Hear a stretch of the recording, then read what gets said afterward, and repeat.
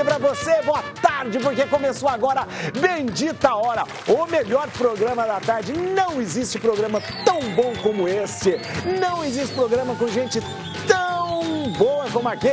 Veja só, você sabe, aqui você vai encontrar somente o que é de melhor, de melhor. Vocês sabem, tem que saber uma coisa. Tem 2 critérios para participar do programa, 2 critérios. E é muito, nós seguimos a risca. Primeiro, tem que ser inteligente. Só gente inteligente vendo o programa, né? E do segundo critério, o mais importante, que seja bonito. Então, só vem gente bonita. Tem gente que quer vir para um programa, mas é feia. A gente fala, não pode. De jeito nenhum. Vamos lá, vou começar. Quem está com a gente aqui? O Matando-me de Saudade. Aqui, olha aqui, ó. César Romão, obrigado. Tudo bem, Padre Juarez? Muito obrigado. Prazer, César. viu? Obrigado pelo convite. Eu fico muito feliz quando vejo o César. César é um fenômeno, O César, ele é conferencista, palestrante, escritor, mais de 25 livros, né? 25 livros, 51 países hoje. De uma inteligência que é uma coisa assim que deixa a gente, olha, embasbacado.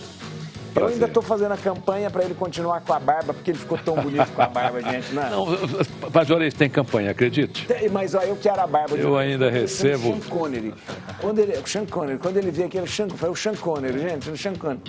Ainda recebo campanhas aí pela barba. Eu também, vou endossar essa campanha da barba. Obrigado. Elisângela Niná, olha a nossa psicóloga, obrigado, viu? Eu que agradeço. Muito obrigado, viu? Obrigado. Pensei que ela não ia voltar mais, voltou, não, ainda obrigado. Eu quase derrubei aquele negócio. Obrigado, viu? Doutor Rafael Faraco, muito obrigado. Doutor Rafael, pneumologista, olha que interessante.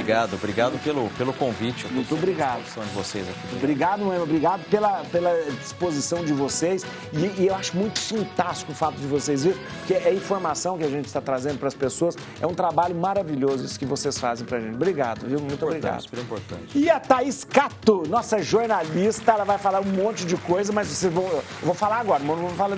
Olha aqui, isso que é origami, gente. Origami de tecido, né? Eu ia até te falar, me chame de origamista. Origamista, jornalista origamista. Gente, tudo dela é de origami. Olha aqui, ó. Colar, a pulseira. E origami é uma coisa interessante. Origami não pode ter cola, não pode ter nada. É só dobra. Só dobrado. Só dobra. Nem costura, nem cola, nada. Olha aqui, isso é uma carteira totalmente sem cola, sem... Olha que beleza. Não, nós vamos aprender a fazer daqui a pouco. Aprender, não sei se ela vai tentar ensinar, a gente não consegue, eu não consigo. Difícil. O doutor falou que só conseguiu fazer o balãozinho. Oh, meu Deus do céu, o pessoal ligando aqui. Quem está me ligando, estou vendo aqui, não está assistindo o programa. Eu vou cobrar depois, tá vendo? Aqui... O doutor só conseguiu fazer o balãozinho de festa junina e o... Né, e o barquinho. O barquinho, não. Foi sem minha ajuda, hein? Exatamente. Mas obrigado, viu? Obrigado por estar aqui, viu? Muito obrigado. Vamos começar com o nosso pensamento do dia para os nossos filósofos. A vida é feita de fases. Ou fazes ou não fazes. Não gostei. Mas essa frase ficaria muito diferente se mudasse uma letra. Eu fiquei com um pouco de medo. Eu também fiquei. Aqui, ó. Eu falei assim, será que o Rodolfo colocou isso? É possível. Também é. É feita, mas a vida é feita de fases mesmo. Ou faz ou não faz, é verdade. Você faz, você não faz. E não passa para nenhuma fase, né? Para nenhuma fase, né? É verdade. Muito bem, vamos ver o pensamento do dia aí não, pensamento do dia não, a nossa enquete, tá doido? A nossa enquete hoje, do dia é o seguinte, hoje é o Dia Internacional de Combate às Drogas. Alguém da sua família já teve problema com drogas? Sim ou não? Eu quero que você pode votar, fique à vontade de votar. Mas lembrando que drogas é um espectro bastante amplo, né? Álcool é droga, né? O cigarro é droga, né? Porque a gente, quando fala de droga, a gente às vezes fala só das drogas ilícitas, né?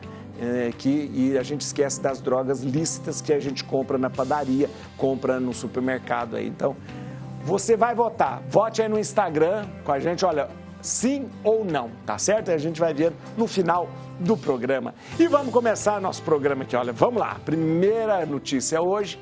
Como uma doença física pode afetar o emocional e o papel da psicologia no enfrentamento.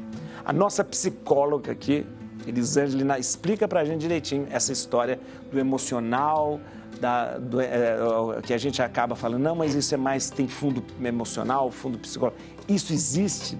Existe. Quando a gente fala de uma doença física, fetal e emocional, está tudo interligado, né? Pensa, sei lá, vamos pensar no lipedema, não sei se vocês já ouviram falar. Já fiz, que é uma doença, por sinal, eu sou portadora, só que eu sou uma portadora operada. Vamos pensar que são mulheres que têm os membros, né, diferentes. Isso. E além da dor, além dela carregar a dor, tem todo aquele estigma social. Como é que isso não vai afetar na construção de autoestima, nas relações interpessoais? Geralmente é um perfil de mulher que tende a se esquivar muito socialmente. Então, indiretamente, essa doença física vai interferir muito na construção emocional desse sujeito. Não tem como. E na verdade, não só a doença física, mas qualquer mudança, ou qualquer, às vezes, uma pessoa com uma deficiência também, né? Naturalmente ela cresce ou mais retraída, ou ela cresce se negando em algumas coisas, não é? Sim. Sempre vai ter alguém que diz, mas eu conheço alguém que O que a gente tem que entender é que nem todo mundo tem os mesmos recursos cognitivos. Então, o padre vai lidar com uma questão de uma forma e eu com outra, mas no geral as pessoas não têm recurso para lidar muito com o diferente. Infelizmente não temos, mas a ideia é que a gente se adapte a isso. Então, o psicólogo entra aí, né, a ajuda psicológica para ajudar o sujeito a adquirir recursos que facilite o lidar com essa doença. Você falou do lipedema, que é uma coisa reversível. Por exemplo, você vai lá, faz uma cirurgia e você resolve o problema. Não, na verdade é uma doença crônica, só que a cirurgia é uma das opções ali, né? Mas tem doenças que não tem como você mudar e que você tem que conviver com ela a vida toda. Isso. Né? E isso aí, no caso, a psicologia, ela vai dar esse suporte para você poder ver isso de outra, porque você não vai mudar aquela situação. Sim, lógico que tem sujeito que já pode lidar melhor com aquilo, dependendo dos recursos que ele adquire ao longo da vida, mas pensa uma doença que você vai acompanhar, sei lá, o próprio lipedema ou qualquer outro tipo de doença o resto da vida. A ideia é que o sujeito, ele crie crenças mais funcionais em relação àquilo. Então sim, isso te constitui, mas não precisa te definir, porque a forma que o sujeito interpreta aquilo é que vai trazer prejuízo ou não para ele. Então se eu catastrofizo demais, eu vou ter uma vida, né, bem resumida, bem reprimida. Então a ideia é ampliar a perspectiva daquele sujeito. Isso não é só isso, né? Quer dizer, tem tantas outras coisas que você pode entregar, tantas outras formas de se relacionar com o meio. Então, às vezes, a visão do sujeito está muito reducionista para ele mesmo. Tem pessoas que naturalmente já encaram de uma diferente. Tem pessoas que às vezes brincam com a própria doença. Isso. Tem pessoas que brincam às vezes com a própria deficiência, né? A gente vê isso. Ele sabe lidar com isso. E nesse caso, isso também não seria mais ou menos uma válvula de escape ou um mecanismo de defesa? Sim. Quando a gente fala de repertório, vamos pensar que esse sujeito, ele adquiriu esse repertório e é um repertório funcional. Porque faz com que ele não entre em sofrimento. Então, traz prejuízo para o sujeito? Não. Ele brinca, ou seja, é um repertório que é funcional. Faz com que ele lide com aquilo de forma leve. Então, não causa uma ruptura no sujeito, né? Ele enfrenta bem, mas a partir desse recurso. E o contrário seria a pessoa, de repente, ela tentar se retrair diante daquilo, ou esconder diante daquilo. Né? Aí traz prejuízo. Aí traz prejuízo, porque é um esforço muito grande que ela faz para não se tocar naquele assunto, né? E todo mundo que está do lado tem medo também de tocar naquele assunto. O tempo todo aquilo fica pulsando, fica hiperativado no cérebro daquela pessoa. Não é legal, isso vai causar prejuízo. Olha que coisa interessante, muito interessante mesmo. Olha, eu tive um colega, ele estudou comigo o tempo todo, né? Ele tinha polidactilia, que é um dedo a mais aqui. E isso é interessante que isso acompanhava, ele tentava esconder o tempo todo, então o tempo todo. E sempre ele tinha a impressão que as pessoas estavam olhando, engraçado, mesmo que não tivesse triste, olhando. Criança, geralmente, né? Fica sempre segurando o dedinho. Tinha a impressão que alguém estava olhando para o dedo dele. Ou sempre ele tinha essa impressão. Eu, às vezes, falava, ninguém... Aliás, eu era muito amigo dele, eu nem lembrava que ele tinha... Nem lembrava, nunca lembrei, nem que lembrei. De repente que as pessoas vão falar, mas e aquilo era uma coisa que acompanhava a vida dele toda. E hoje, né, quanta coisa que pode ser revertida também. Vamos ver aqui, olha, gente. César, olha aí, gente. César Romão, ensinamentos bíblicos para o sucesso, reflexões e pensamentos que guiarão você para uma vida bem-sucedida. Falei que o César tem 25 livros, né, publicados, conferencista no mundo todo, e esse é um livro muito interessante. É o mais recente deles. Mais recente, né? E é interessante que você se baseia na Bíblia justamente para mostrar esse caminho de sucesso, né? Mas, Juarez, esse livro, ele foi escrito com 60 ensinamentos bíblicos, escritos de uma maneira muito simples, uma maneira que as pessoas realmente tenham imediata compreensão, Sei. com 1.800 caracteres, quer dizer, você lê cada capítulo em 3 minutos. Ó, que interessante. Então, se você se dedicar 3 minutos por dia neste livro, ao final de um tempo você saberá, na ponta da língua, 60 ensinamentos bíblicos. Nossa, que interessante. Que Ele tem sido muito utilizado, isso é uma coisa que tem me deixado muito feliz, né? Ele tem sido muito utilizado no mercado para as pessoas que se comunicam, né? Elas usam esses ensinamentos que aí estão. É um livro que eu pretendo fazer uma coleção dele, né? Vai ser uma coleção. Vai ser uma coleção, tenho trabalhado nisso. Mas também com ensinamentos bíblicos? Também, porque aí vai ser 1, 2, 3, porque... tem muita coisa, tem muita coisa. Muita coisa. Né? Como eu não consegui escrever a Bíblia, alguém escreveu antes de mim. É verdade. Então, eu escrevi este livro. Olha que interessante. Aqui, deixa eu dizer uma coisa. É muito interessante porque a Bíblia, que é um livro milenar, que eu digo, tem ensinamentos de 5.000 anos. 5.000 anos, 5.000 anos. 5.000 anos. A gente começa a ver 5.000. São ensinamentos de 5.000 anos. E ele se torna ainda muito atual. Muito atual. A Bíblia é o único, na minha opinião, o único livro contemporâneo, né, que nós temos no planeta. E a maneira que eu escrevi esse livro também é assim, ela é bem contemporânea. Então, qualquer pessoa tira proveito do que está lendo. E essa semana aconteceu uma coisa interessante, porque alguns cientistas colocaram a Bíblia inteira para ser analisada por inteligência artificial para ver quantas pessoas escreveram a Bíblia. A Bíblia, sei. Né?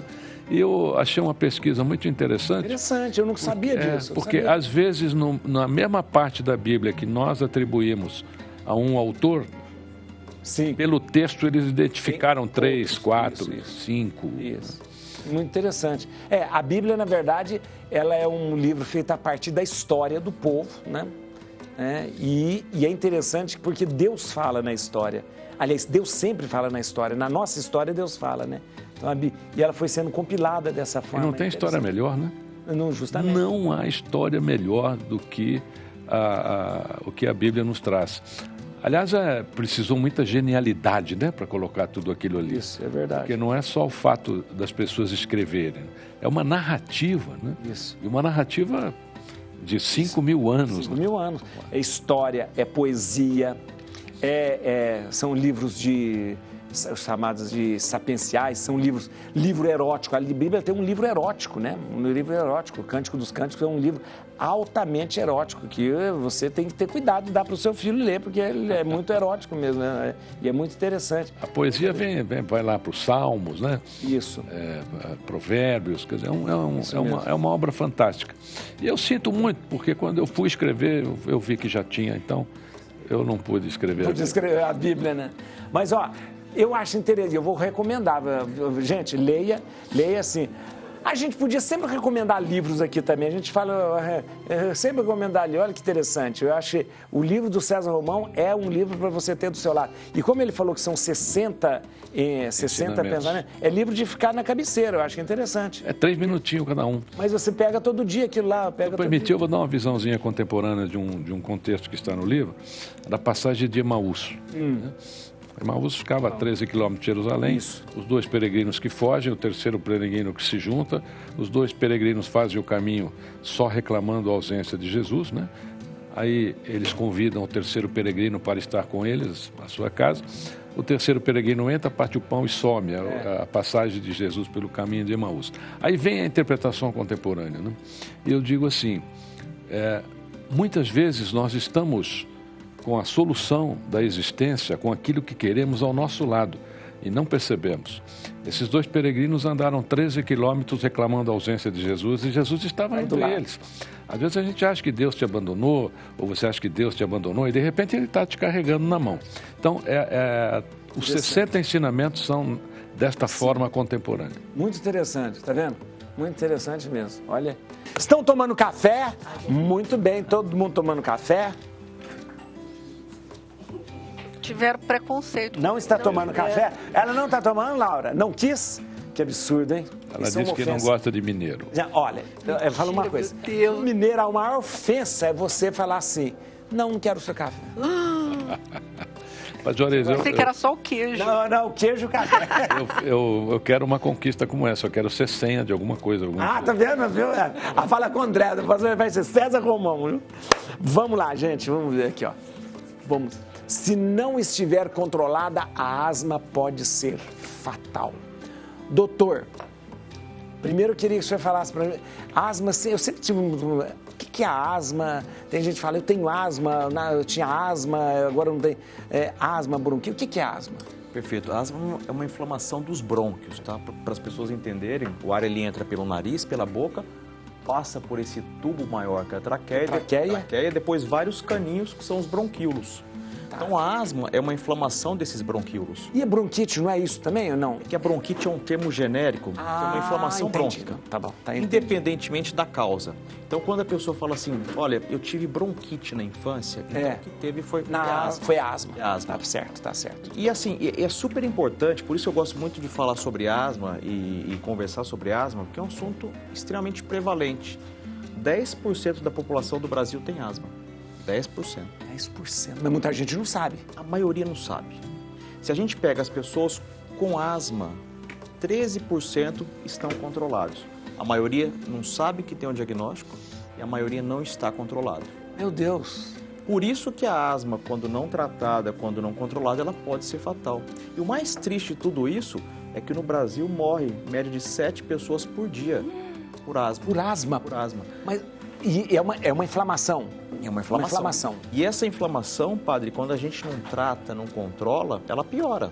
Então os brônquios, eles ficam inchados e vão lá e fecham. Isso aqui. Então o ar não passa. E aqui a falta de ar vem daí. Exato. Então, na verdade, o ar ele acaba passando, mas como os brônquios estão fechados, ele não consegue sair. Não consegue sair. Então, na verdade, a falta de ar não é porque está faltando ar, porque tem muito ar dentro e não consegue sair. Então, isso, dependendo da gravidade, isso pode evoluir para insuficiência respiratória e, consequentemente, uma parada cardiorrespiratória. Então, a asma, quando tratada, quando diagnosticada, vida absolutamente normal. Pra vocês terem uma ideia, nas Olimpíadas de Paris, 8% dos atletas, eles tinham asma, eles têm asma, né? Pô, mas como assim atleta tem asma? Porque tratam e tão bem. Então, tem asma, mas tratam. Exato. Então, assim, a asma, quando tratada, controlada, vida absolutamente normal. Doutor, mas uma pessoa pode não estar sentindo nenhum sintoma, não está sentindo a falta de ar, não está sentindo... Ele pode ter asma e não saber? Perfeito, pode. O que acontece, padre? Quais são os sinais, né? Bom, pode ser que você tenha asma. Aquela pessoa que fala, eu tô ótimo, eu não tô sentindo absolutamente nada. Mas muda o tempo, eu fico gripado, eu fico resfriado, eu começo a ter um pouquinho de chiado no peito, minha respiração fica pesada. Todo mês de maio, junho, eu tenho uma tosse que demora para ir embora. Então, isso são sinais que a pessoa pode ter asma. E aí, essa asma está lá paradinha. Essa inflamação brônquica, ela está lá parada. Em algum momento, fator ambiental desfavorável, mudança climática, variação de temperatura, tabagismo, fator de quadros virais, gripe, rinovírus, Covid, seja lá qual vírus. Lembra quando falava da Covid que um dos fatores de risco era a pessoa asmática, né? Exato. O que a gente, no começo da pandemia, a gente pneumologista, a gente estava até conversando no início, nós pneumologistas, muitas pessoas chegavam no consultório e falavam, doutor, pela questão da Covid, eu sei que eu tive bronquite na infância, eu quero ver se está tudo bem comigo, porque eu tenho medo de pegar Covid. Então, nós fizemos vários diagnósticos de asma, de DPOC, que é o enfisema pulmonar, a bronquite crônica. Outro assunto, nódulos pulmonares também malignos, né? Porque a pessoa procurava. Um pneumologista para fazer um check-up pulmonar. Doutor, muita Covid pode ter se complicado em algumas pessoas porque ela tinha asma e nem sabia que tinha? Pode. O que pode acontecer, padre? A pessoa pode tem asma, teve uma complicação, uma descompensação pela Covid e o oposto também, tá? Às vezes pessoas desconheciam que tinham asma E a Covid, o coronavírus, como qualquer outro vírus, como o vírus da influenza, pode ser um fator que dá o start para o início de um quadro de asma. Isso não é incomum. Tem coisas que provocam asma. Cigarro provoca asma? Cigarro funciona como um gatilho. Aquela pessoa que já tem uma predisposição para asma, o cigarro, ele funciona como um gatilho. Ah, mas eu nunca fumei, mas minha mãe, a vida toda, 30 anos, fumou do meu lado. Ah, tá. Meu marido, a minha esposa, 30 anos. Então, isso é um fator. Fumante passivo. Meu pai, né? minha mãe, fumante passivo. Então, o cigarro funciona como um gatilho. Infecções virais, influenza é muito comum. Olha, mas eu nunca tive nada. Depois que eu tive influenza 10 anos atrás, H1N1, eu comecei a chiar o peito. Chiar o peito, você falou, o chiado do peito é um sintoma de asma? Toda pessoa, não é toda pessoa com asma que vai chiar o peito. Mas toda vez que tem chiado no peito, uma dos diagnósticos diferenciais tem que ser asma. Asma dá chiado no peito, DPOC dá chiado no peito. Insuficiência cardíaca, disfunção cardíaca, pode chiar o peito também, mas sempre que tem chiado no peito, a gente tem que pensar em asma também. Tem a questão genética também da asma? Sim, ou não? Geralmente a asma tem uma predisposição genética. Pra vocês terem uma ideia, quando o pai tem asma, a chance do filho ter é 25%. Quando o pai e a mãe têm, essa chance chega a 50%. Meu Deus, olha aí. Então tem o fator genético e fatores ambientais também desfavoráveis. E o esporte? Desculpa, eu fiquei... Pode não, fala igual que... Porque tem gente que fala, dispara a arma quando pratica esporte, né? Quer dizer, a criança correu, bum, aí dispara a asma. Perfeito, isso é super importante. O que acontece? Tem pessoas que não desconhecem que tem asma e vai fazer educação física na escola, um tipo de esporte, academia. Ah, mas eu tenho falta de ar mais que meu colega. O que está acontecendo comigo? A gente vai investigar, é asma. O esporte, ele é super bem-vindo quando a asma estiver controlada. Não vai atrapalhar. A asma vai até ajudar o controle. Agora, a asma fora de controle, a gente insistir no esporte, pode evoluir para uma descomplicação do ponto de vista respiratório, uma crise de asma. A gente vê, quando a gente associa sempre a asma àquela questão da bombinha. Perfeito. E essas bombinhas, elas são um coadjuvante. Excelente pergunta, padre. Assim, tem dois tipos de medicações inalatórias, né? Tem aquela medicação inalatória que é para tratamento, para ter uma vida absolutamente normal. E tem a medicação para alívio, para resgate, que é o que a gente vê a maioria das pessoas utilizando. Que é um broncodilatador. Então, quando a pessoa está utilizando muito broncodilatador, isso nos traduz que a asma está fora de controle. E qual que é o tratamento para asma? É a base de corticoide, mas inalatório. Corticoide? Inalatório. Como é uma inflamação, nós temos que usar anti-inflamatório. É um corticoide inalatório, uma dosagem baixa. Ação praticamente pulmonar, na maioria das vezes. Isso protege os brônquios, desinflama, vida absolutamente normal, sem a necessidade de utilizar a medicação de alívio, que é a bombinha para alívio. Esse corticoide que a pessoa vai usar, ela é um período que ele usa, não é um período... Asma é uma doença crônica. Então isso. Ele vai usar sempre. Igual hipertensão, diabetes, mas eu tô ótimo, eu consigo fazer uma maratona. Mas se tiver asma, tem que utilizar a medicação para controle. Doutor, aí eu vou fazer a pergunta que todo mundo faz quando fala de corticoide. Não dá aquele inchado, cochilo? Perfeito. O corticoide inalatório, como a dosagem é muito baixa e a ação é praticamente pulmonar, isso não tem efeito sistêmico, não vai inchar. Agora, a pessoa com asma que não estiver controlada, ela vai ter a crise. Na crise de asma, vai ter que utilizar corticoide comprimido ou corticoide endovenoso. Esse sim vão ter efeitos colaterais importantes. Inchaço, risco de hipertensão, de diabetes, de AVC, de osteoporose. Então, os riscos são muitos do ponto de vista de corticoide sistêmico. O inalatório para controle da asma é extremamente seguro e quem tem asma deve utilizar a medicação para proteção realmente. E porque essas bombinhas de broncodilatador, elas são, às vezes elas dão uma palpitação, aquela coisa, não tem essa... Elas podem aumentar a frequência cardíaca, mas o fato da bombinha do broncodilatador não ser recomendado não é pelo fato de aumentar a frequência cardíaca. É que o uso da bombinha com frequência é porque a pessoa não está controlada. Não faz você fazer o tratamento. Faz o tratamento. Ela só se alivia e tá bom. Exatamente. E não trata. E uma hora pode ter uma descompensação. E essa descompensação, infelizmente, ela pode ser fatal. Olha que coisa. Eu acho as curiosidades inúteis que a palavra asma vem de atismos em grego, que é respiração, né? Uma respiração. E é uma palavra usada no meio religioso, porque tanto a palavra pneuma como asma é usada. Pneuma, a gente usa isso, a gente tem uma disciplina na teologia chamada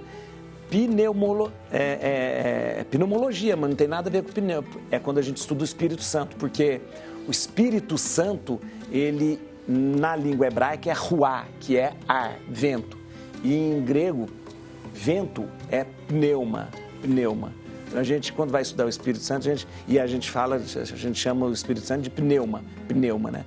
E o atmos, que é essa respiração, lembra a respiração, o sopro divino que Deus colocou em nós, que Ele colocou, né? Então, por isso que a gente diz, quando uma pessoa está entusiasmada, ela está cheia de Deus, né? Está cheia do respiro de Deus, do sopro vital de Deus, entusiasmado. Asmos. Muito bem, vamos lá. Eu sempre trago essas cultura inútil aqui, que não tem nada a ver. Eu tô aqui, eu me entusiasmando dessa coisa toda. Olha lá, 130 anos de amizade entre Brasil e Japão. Muito bem, você é o que é? Filha de japonês, neta de japonês, o que é? Sansei, que é neta de japonês. Então, meus avós chegaram do Japão. Sansei. Você fala japonês? Todo mundo pergunta para você, né? Exatamente, mas só um pouquinho. Só um pouquinho. Só um pouquinho pro dia a dia ali, para conversar com a minha Bachan, que é a avó. Bachan é avó, isso eu sei que é Bachan é avó. E deixa eu te falar uma coisa, 130 anos, marca, o que data é essa? É um tratado de amizade Brasil-Japão, quando é assinado, e anos depois isso permitiu que houvesse, por exemplo, a imigração japonesa no Brasil. Então, mais ou menos, é o tempo da imigração do Japão. 117 anos 117 anos. Foi na sequência, por conta desse tratado que é assinado. Depois vieram os japoneses. Exatamente. Aí vem o Kasatomaru, o primeiro navio trazendo... Kasatomaru. Que foi o primeiro navio trazendo os imigrantes do Brasil. Você sabe de que região vieram os primeiros? De várias regiões. Várias regiões, né? De várias regiões que desembarcaram em Santos, né? Eles já vieram para Santos. Exatamente. E quando esses japoneses chegaram, eles vieram como mão de obra mesmo, ou vieram para morar, ou vieram para Nova Vida? Como foi isso? Era uma promessa de que como o Japão passava por aquele período de guerra, que vinha-se para o Brasil para ter uma vida melhor, trazer dinheiro e voltar depois para o Japão. E voltar. Então, na verdade, ninguém tinha essa intenção de ficar aqui até hoje. Era só para vir para esse período e depois voltar. Mas que sorte a minha, que a minha Bachan, minha Mildichan ficaram pelo Brasil, senão não estaria aqui hoje, né? Que demais, olha que demais. Exato. E aí, mas essa imigração começa há 117 anos e ela não para, né? Ela depois vem várias levas, né? Tem várias levas. Porque sua avó veio... Veio de Hokkaido, que é o norte do Japão, no Africamaru. Era outro navio, anos depois. Anos depois, porque sua avó é viva ainda? Não, já faleceu. Mas ela não era tão... Porque sua avó veio no século XX já. Não sei a data exata, não me recordo agora, mas sim, veio anos depois. Tá. Olha que demais. Bem bacana. E isso tem uma influência gigante no Brasil. Quer dizer, se eu falar hoje, por exemplo, a palavra origami, eu ver você abrindo, todo mundo sabe o que é origami, né? Origami significa o que em japonês? Ori vem do verbo oru, que é dobrar, e gami vem da palavra kami, que é papel em japonês. Dobrar de papel. Ou, sei lá, karaokê também é uma palavra japonesa, né? Que foi o que? Agora certinho. Não, vamos tentar. Sempre juntando duas palavras. Juntando duas palavras. Né? Então tem muitas coisas hoje que já fazem parte do dia a dia do brasileiro e é muito japonês, né? Tipo a berinjela. A berinjela quem trouxe foram os imigrantes japoneses. Lindíssimo, né? Que interessante. Então é uma mistura hoje bastante. Não é só o sushi e o sashimi que vocês estão consumindo do Japão. O sushi e o sashimi que eles falam que não tem nada a ver com o Japão, lá do Japão, né? Diferente. Não tem nada. E é interessante que eles vêm. E aqui é verdade que o Brasil, São Paulo, o Brasil, é o lugar que tem mais japoneses fora do Japão? São Paulo é o lugar que tem mais japoneses fora do Japão. Aliás, a gente também faz uma festa que acontece 11, 12 e 13 de julho, que é o Festival do Japão em São Paulo, na São Paulo Expo, que é o maior festival de cultura japonesa no mundo fora do Japão. Nossa! A gente teve o ano passado 185 mil visitantes. Isso. E é o único no mundo que também tem, em São Paulo, a gente tem algo muito inédito também do mundo todo, que são 47 associações referente a cada uma das 47 províncias do Japão. Província é tipo estado. Exatamente. Então, a gente tem isso no Festival do Japão. Então, são 47 estandes de gastronomia referentes a cada uma das províncias. Você não vai achar isso em restaurante nenhum. Interessante, é maravilhoso. gente, interessante. É maravilhoso. Mas interessante que os japoneses vieram aqui para chegar em Santos, mas teve muita gente que ficou aqui em São Paulo, mas teve muita gente que foi para o interior de São Paulo, né? A maioria. Bastos é uma cidade que tem muito japonês, muito japonês. Marília também tem muito japonês, Registro, né? Todo esse e interior de São Paulo. E no Paraná depois também teve muito japonês. Muito, porque na sequência começa para os cafezais no Paraná. Né? A minha família foi para o Paraná. Eu sou nascida em Londrina, no Paraná. Você é de Londrina, então no Paraná tem muito já é por causa do cafezal. Por causa dos cafezais na época. Que interessante. Olha que interessante. O Rodolfo falou para não falar do origami agora, mas ela vai depois mostrar pra gente. E ela é uma origamista. Ai, adorei. Origamista. E ela olha uma folha de papel assim, ó, e ela já vê montado o que é. Quase isso, né? Tem uma técnica que a gente faz para aprender origami que faz o inverso. A gente pega uma folha com todos os risquinhos, como se já tivesse dobrado, e eu tenho que descobrir, tipo um quebra-cabeça, o que vai virar. Então eu começo ali quebrar a cabeça para virar algo depois. Por isso o japonês é crânio. Toda vez que a gente vê o japonês, né? A gente fala japonês, o pessoal fala, ai meu Deus, você vai prestar vestibular. Se tem muito japonês, fala, não vou passar. O japonês que vai passar tudo no vestibular. Vamos lá, gente. Muito bem. Vamos ver. Berinjela foi quem?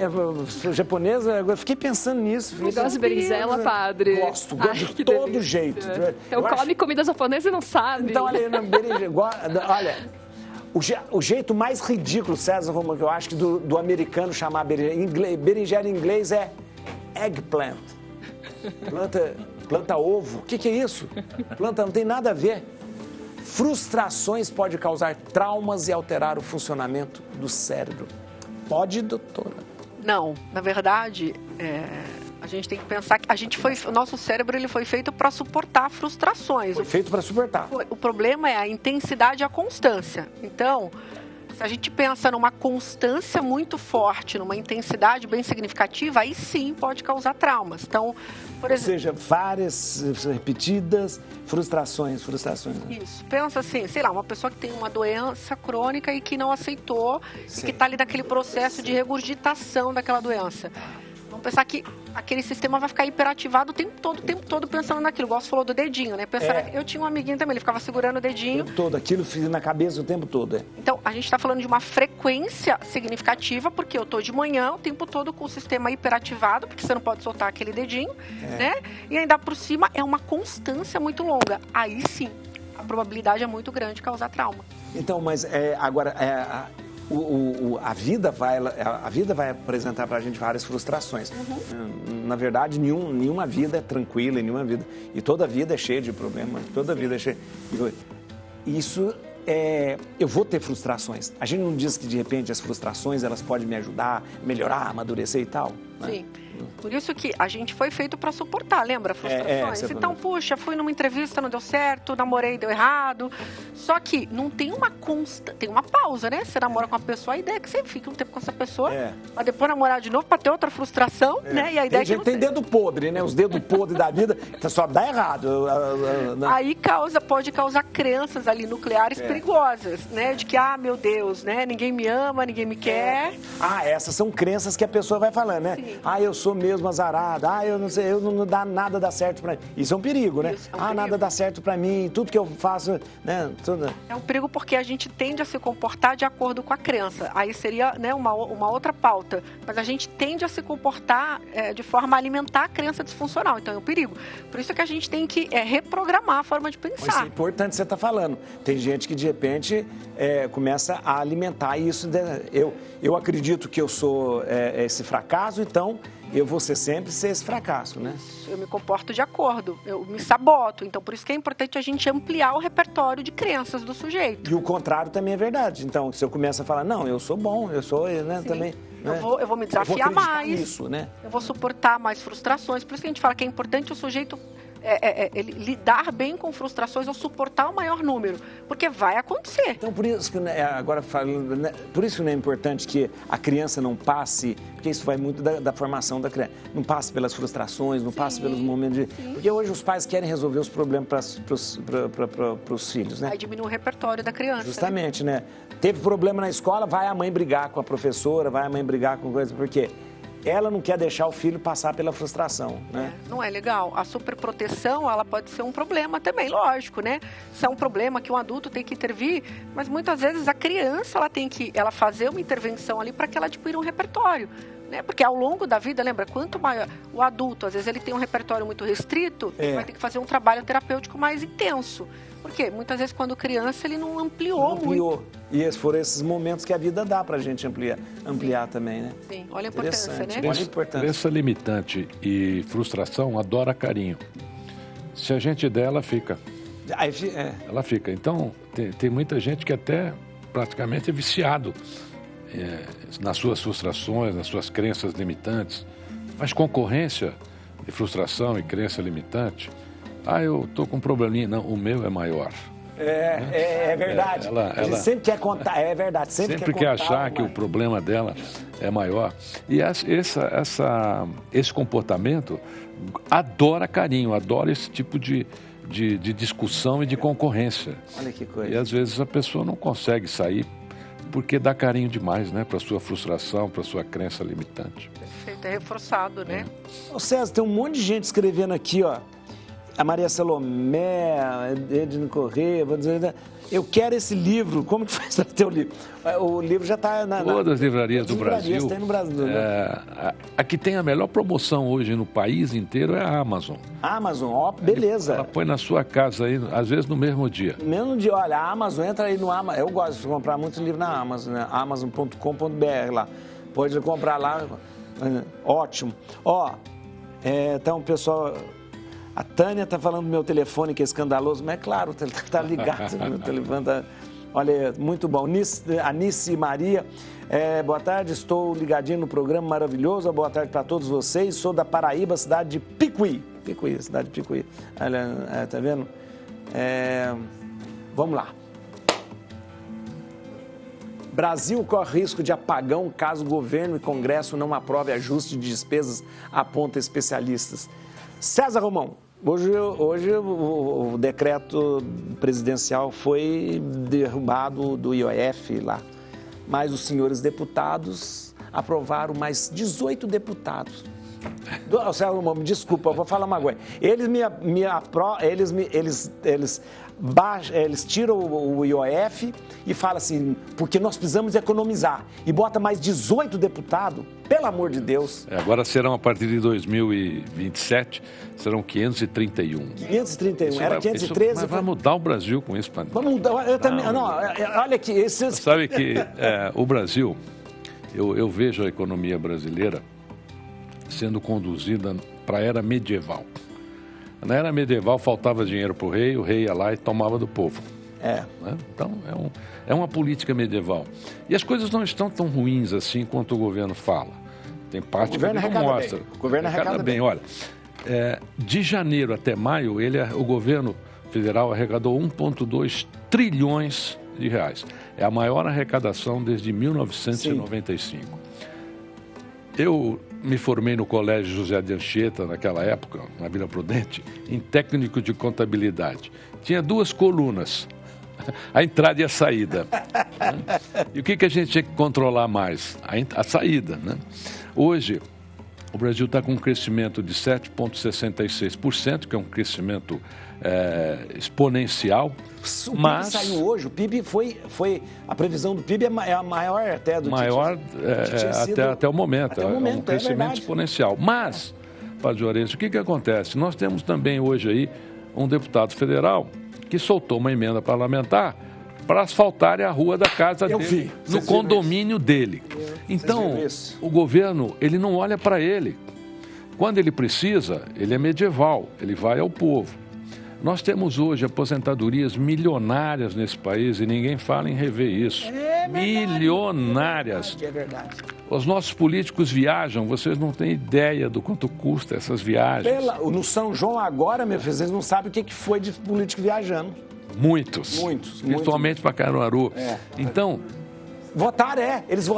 Eles votaram, gente, pelo aplicativo, porque agora chama híbrido, votação híbrida, para poder... Na verdade é para eu não ir, né? Agora, eu vejo aqui nesse país um futuro um pouco triste com relação a esse governo na questão de arrecadação. Por quê? Porque ele não mexe nele, ele não olha para dentro dele. Ele é medieval. Faltou, vai para o povo.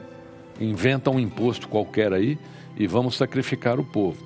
Os bancos aqui no Brasil adoram que o imposto seja elevado, melhor para eles, né? Vão emprestar dinheiro mais caro, vão ganhar mais.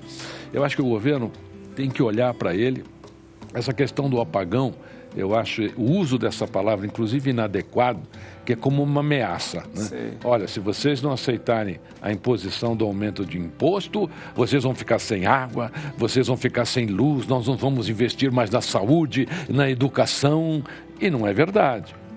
Se o governo acordar um dia fazendo cortes nele mesmo, em tantos absurdos que a gente vê como essa emenda parlamentar. Essa é uma emenda, Essas emendas são horríveis, gente. Essas emendas, sinceramente... E agora elas ficaram mais rápidas, né? Ficaram PIX. Né? Então, tudo isso é um sistema de governo para abastecer a sede do rei, como era na era medieval. Isso não é democracia, né? É uma coisa que precisa ser mudada. A questão de não aprovar o IOF, acho que foi bom, mas... eles vão renegociar isso daí e daqui a pouquinho vai ser aprovado. O IOF, eu queria que eu vou falar agora, porque o IOF ia taxar grandes fortunas, grandes transações, e é um decreto de alíquota que nunca, aliás, o Congresso fez um decreto para barrar o decreto, né? Aliás, um decreto legislativo, né? É prerrogativa do governo, atribuição do governo apresentar as alíquotas por decreto. E o Congresso fez um decreto legislativo para barrar esse decreto. Isso só aconteceu no tempo do Collor. Só no tempo do Collor. Mas o IOF ele vai diretamente prejudicar as pessoas que trabalham, que investem nesse país, o microempresário, o médio empresário, porque se eles precisarem de financiamento vai custar mais caro, né?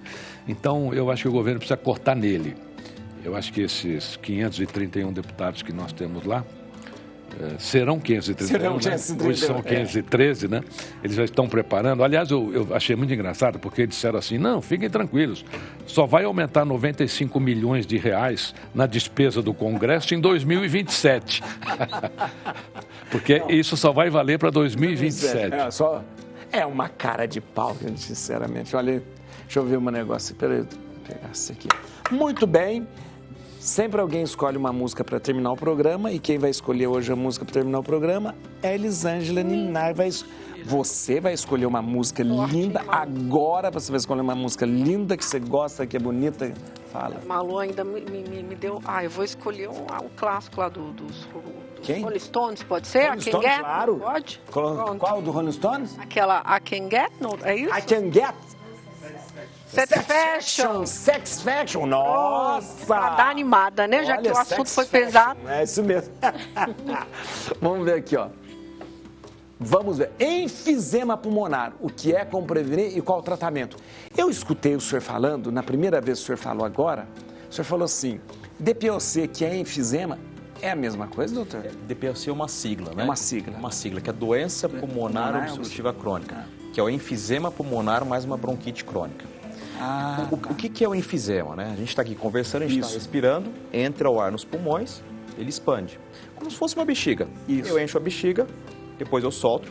Pela força elástica, a bexiga ela murcha, ela volta. Isso aqui, né? Isso aqui. É isso aqui, né? Exatamente isso. Agora, imagina aquela bexiga que a gente pegou na festa, levou para casa, depois de 3, 4 dias ela está caída e ela está meio murcha, assim. É o enfisema. Ou seja, uma redução dessa elasticidade dos pulmões. Por que acontece? Na maioria das vezes, 70% do enfisema tem relação direta com cigarro. Tem causas genéticas, mas 70% a 80% é o tabagismo realmente, né? Que faz essa redução da elasticidade e, consequentemente, sintomas de falta de ar, de tosse, né? Então, tratamento para o DPOC, né? Isso. Quem fuma? Parar de fumar. Medicações inalatórias, reabilitação pulmonar e prevenção de infecção através de vacinas. Porque a pessoa está mais suscetível. Perfeito. E uma infecção descompensa o pulmão e piora mais a capacidade do pulmão.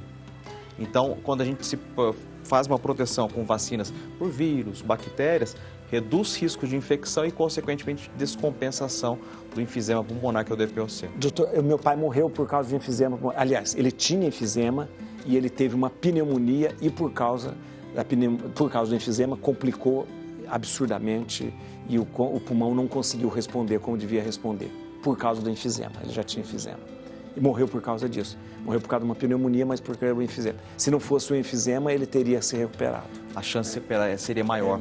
Por quê? Porque o enfisema, que é o DPOC, a capacidade pulmonar, ela está diminuída. Então. E uma descompensação por pneumonia ou qualquer infecção, a capacidade do pulmão, que já não está boa, cai. E pode ser que não volte ao que estava anteriormente. Isso. Então, a prevenção de infecção para quem tem DPOC e enfisema, isso é fundamental, é primordial. Doutor, agora, quando tem muitos casos que a pessoa fala assim, eu fumei 40 anos, mas parei de fumar. Aí tem mais 30 anos que ele não fumou. O pulmão consegue recuperar esse tempo que ele fumou? Perfeito, padre. Não, ele não recupera. Só para vocês terem uma ideia, todos nós perdemos função pulmonar. Sim. Então, a gente chega ao ápice da nossa idade pulmonar com 25 anos, nós vamos perdendo 35 ml de pulmão por ano. O tabagismo... A partir dos 25 anos já vai perdendo? Capacidade pulmonar. Gente, eu falei assim, a gente foi feito para durar 40 anos. Não adianta, a gente vive de teimoso depois dos 40 anos. Mas hoje está durando mais que o dobro, então, né? mas tudo é capengando, tudo... E assim, o tabagista, ele perde, na maioria das vezes, o dobro. 70 ml. O ex-tabagista é o intermediário. Ah, entendi. Quem nunca fumou... Para quem já fumou. E quem está fumando atualmente, né? Então, ele sempre vai perder capacidade pulmonar, na maioria das vezes, mais do que a pessoa que nunca fumou. Então, o pulmão que ocorreu um enfisema, isso não volta. Mas quando para de fumar, desacelera a perda de função pulmonar. Desacelera. E dá para perceber direitinho, mesmo que a pessoa já tenha parado de fumar há muito tempo, que essa pessoa fumou, dá para perceber um olhar mais técnico? Assim? É comum, padre. Tem pessoas que fumaram por muito tempo e eles pararam, mas têm sintomas respiratórios, sintomas do DPOC. Pigarro. Eu tenho um pigarro há 10 anos, eu sempre fui assim. Já é um sinal de provável DPOC, né? Então tem os sinais clínicos, né? O pigarro, o desconforto respiratório, da mesma coisa que a asma, com mudança climática, com variação de temperatura, pós-gripe, né? Pós-quadros virais e também quadros radiológicos, ou seja, chega um paciente que tem histórico de tabagismo, fumou por muito tempo, eu peço uma tomografia de tórax, é comum ter áreas de enfisema. Ainda tem. Super comum. Doutor, o fato da pessoa envelhecer, e ao envelhecer, ela vai perdendo essa capacidade pulmonar, então, vai naturalmente. É natural. Natural. Isso não significa que toda pessoa, quando for envelhecendo, que vai ter falta de ar. Isso que eu ia perguntar para o senhor. De jeito nenhum. Uma pessoa com 90 anos, não é por 100 anos, não é... Não, vou ter falta de ar porque é natural. Não. É o pulmão que tem um pouco menos de resistência. Exato. Esse ponto, padre, é fundamental, porque as pessoas às vezes falam assim... Bom, eu tenho 80 anos, eu tenho falta de ar porque, doutor, é comum pela idade eu ter falta de ar. Não é comum. Não é não, né? Então, assim, se tiver com falta de ar, com desconforto, tem que ser avaliado. Doutor, às vezes eu viajo pelo interior e eu ouço muito isso aqui. Romão, eu fumo, mas fumo de corda. É bom. Muito comum, né? E não faz mal, né? Faz assim. Não, e ainda fala que não faz mal. E ainda não faz mal. Igual a pessoa que fala... É menos ruim? Não, ele é agressivo. É igual também. É agressivo. Igual a pessoa que fala, eu fumo, mas não trago. Faz mal do mesmo jeito. Mesma coisa. Um cigarro light faz mal do mesmo jeito. Então, eu fumo charuto, charuto eu só não fumo, porque a pessoa não traga, né? Charuto. Faz mal, é a mesma coisa. Mal. E acaba absorvendo. Tem a questão da temperatura também. Isso. Fator de risco para câncer de língua, de lábio. Então tem isso também. É super grave. Qualquer tipo de fumaça não faz bem. Gente, eu passo todo dia, lá na Lorena tem uma tabacaria ali que todo dia é um fumegado ali. Chama ESC. Oi? tabacaria. Eu quando passo ali, eu vou pro outro lado da rua. Ranieri, que é. Ranieri também. Ranieri, né? Ranieri, Nossa, todo mundo com um charutão de 2 metros. Como a arte do origami pode ser usada para ampliar a criatividade e conectar a espiritualidade? Agora vai falar. Atenção, esse passarinho aqui, eu já aprendi muito tempo atrás, chama tsuru. Ai, que lindeza, o padre faz origami. Não faço, não.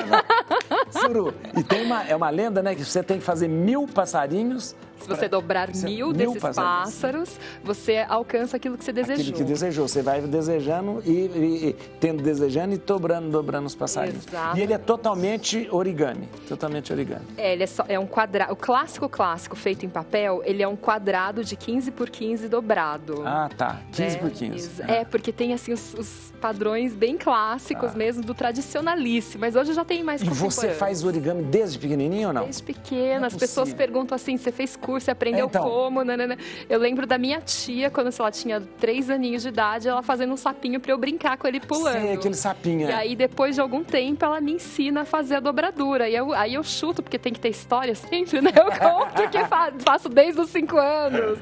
Mas algo do gênero, assim, que tava na família. A gente terminava os almoços, se estivesse aqui almoçando juntos aí todo hoje. Mundo pegava. Aí ia estar falando, ia estar dobrando o guardanapo. E aí, essa dobra eu não conheço. A gente ia fazer juntos demais, por aqui. Gente. Então, e é uma coisa meio matemática também, não é? Muito matemático, né? Porque você olha uma folha em branco ali e você começa a montar uma figura ali, né? Exato, e é interessante isso porque você vai aprendendo sobre, por exemplo, proporções e N coisas de muita matemática, geometria, sem perceber. É bem interessante. É legal, tipo, existem matemáticos no mundo também, né? Vários nomes que participam de NASA, grandes faculdades como MIT, que aproveitam o origami para fazer as equações matemáticas. Você está brincando. Não saberia explicar no detalhe, sei, óbvio. Sei.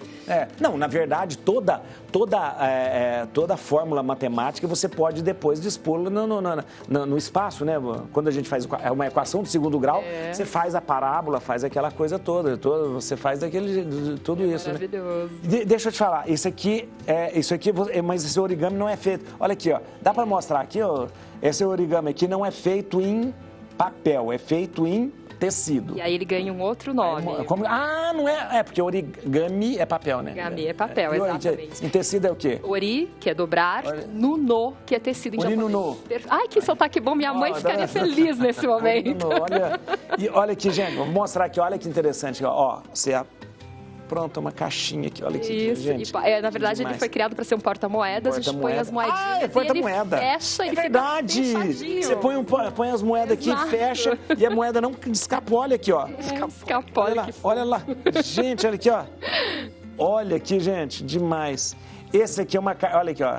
Mostra que ele é uma carteira. Foi a primeira peça que eu desenvolvi e olha que coincidência, que a minha mãe teve pneumonia no hospital, ela ficou por 3 meses internada com risco de morte, porque ela foi fumante a vida toda, depois parou desse trauma aí, sobreviveu graças a Deus. E aí essa foi a primeira peça que eu desenvolvi. Essa carteira a NASA tem que estudar. Sensacional. Não, olha aqui, ela não tem nem costura e nem é um quadrado de cola. 60 por 60 dobrado até esse resultado. Olha aqui, foi só dobrando. E as dobras vão se encaixando e faz a estrutura. Exato. Dá a estrutura. Aqui, ó, dá para botar as notas aqui, ó, de dólar. Aqui você põe... aqui você põe... Não, aqui é fora da carteira. Que ele aqui tem você põe as notas aqui. Compartimentos por conta do processo de dobras que vão surgindo espaço. Aqui você põe as notas por dentro, aqui você põe os cartões aqui. Para esconder uma porção. Olha aqui quanta coisa, gente. Tem estrutura, né? Tem estrutura, né? Uma estrutura. Muito interessante. Acabou? Eu não acredito, gente. Agora que a gente está falando do origami. Do origami. Pessoal, mas peraí, isso aqui tá na minha carteira. Deixa eu falar, para a gente aprender, tem que se aprender sozinho? Tem livro, tem YouTube hoje em dia, mas é mais fácil quando você tem pelo menos as primeiras instruções, né? Eu estava conversando isso com o doutor um pouco antes, aqueles diagramas são complicados, né? Sei, é muito... mas dobrar é fácil, gente. Dobrar é fácil. E você vai ter que voltar para falar mais do coisa. Acabou, bro. A música! Tá vendo? Satisfaction. Pra animar, né, padre? Vamos ver. Eu queria agradecer vocês. Oi? A enquete, vamos ver a enquete. Esqueci da enquete. A enquete do dia de hoje, nós perguntamos se alguém da sua família tem algum problema com álcool, né? Sim ou não? drogas, né? 69,2% diz que sim e 30% diz que não. Eu sabia que sempre a porcentagem ia ser bastante alta mesmo, né? E lembrando que toda droga de adicção ela é uma doença que a gente precisa de tratamento, viu? Doutor César Romão, muito obrigado. Obrigado, Padre Juarez. Muito obrigado. Que beleza, obrigado mesmo. Eu quero que vocês sigam o César no Instagram dele, @Romão_César, @Romão_César, e os livros do César e também as conferências. Muito obrigado. Obrigado, Padre Juarez. Obrigado, viu? Elisângela, doutora Elisângela Nina, olha aqui, ó, você atende por online também, né? Online. No Instagram, @Elisângela Nina, sem um acento no final. Isso que tem um novo que é agora... Qual é? Eli.pedema, que é uma página sobre lipedema. Eli.pedema. Interessante, você fez um trocadilho com lipedema. Eli.pedema. Olha aí. Obrigado, viu? Obrigada a você. Obrigado mesmo. Thaís, muito obrigado. Olha que beleza, gente. O tsuru pra gente. Olha que beleza, bonitinho. Obrigado, viu? Que delícia estar aqui com vocês. Não, foi muito obrigada. Bom, viu? Muito bom mesmo, viu? Olha aqui, você vai acessar o site da Thaís, ó. Thaís Cato, com TH, tá ali, thaiscato.com.br. Ou então o canal dela é e o Instagram, @Thaís Cato Origami. Raiz Cato Origami. Exata, Thaís Cato Origami. Thaís Cato Origami. Aí, ó. Aí lá tem vários passo a passo. Tem passo a passo para você aprender. Isso é ótimo. Para desestressar, para uma beleza mesmo. Né? Doutor Rafael, muito obrigado, viu? Quantas informações importantes, contundentes. E olha, muito obrigado mesmo. Obrigado, muito é um prazer estar aqui com vocês. Olha, doutor Rafael, o site do doutor Rafael, drrafaelfaraco.com.br. Tudo junto, drrafaelfaraco.com.br. E no Instagram do doutor, @drrafaelfaracopneumo. É isso, né? É isso. Pneumo. Obrigado, padre. Obrigado, viu, doutor? Obrigado. Aumenta o som que acabou o programa.